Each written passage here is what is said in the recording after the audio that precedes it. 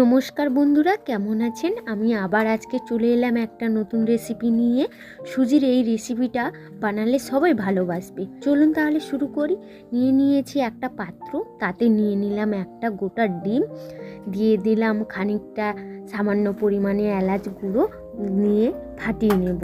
এবার সুন্দর করে ওইটা সব কিছু মিশিয়ে নেব। দিয়ে দেব অল্প পরিমাণের সুজি, দিয়ে দেব কিছুটা পরিমাণের ময়দা, দিয়ে দেব নারকেল কোড়া, সামান্য পরিমাণে লবণ, স্বাদ মতো চিনি। এইবারে দিয়ে দেব 1 চা চামচ দুধ পাউডার, দিয়ে দেব 1 চামচ তেল।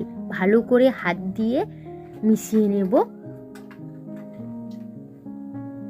খুব সুন্দর করে হাত দিয়ে ভালো করে মাখিয়ে নেব।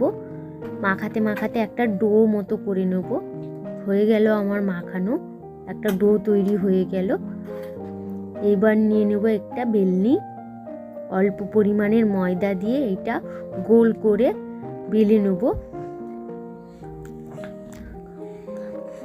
রুটির শেপ করে একটা বেলে নেব।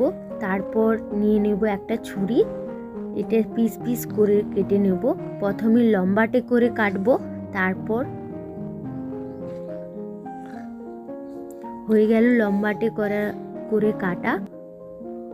এইবারে 3 টুকরো করে নেব আমি। আপনারা যেরকম শেপ চান সেই রকম করে নিতে পারেন।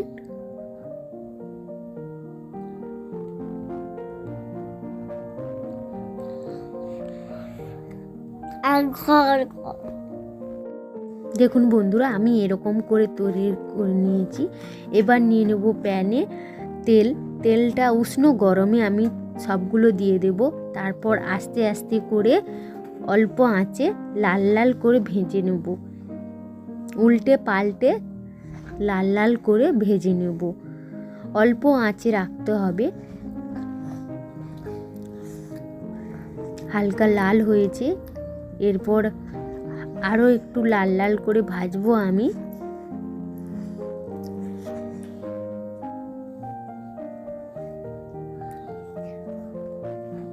অল্প অল্প আঁচে ভাজতে হবে।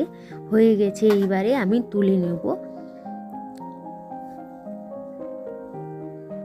ভাজা হয়ে গেল, এবার তুলে নেব।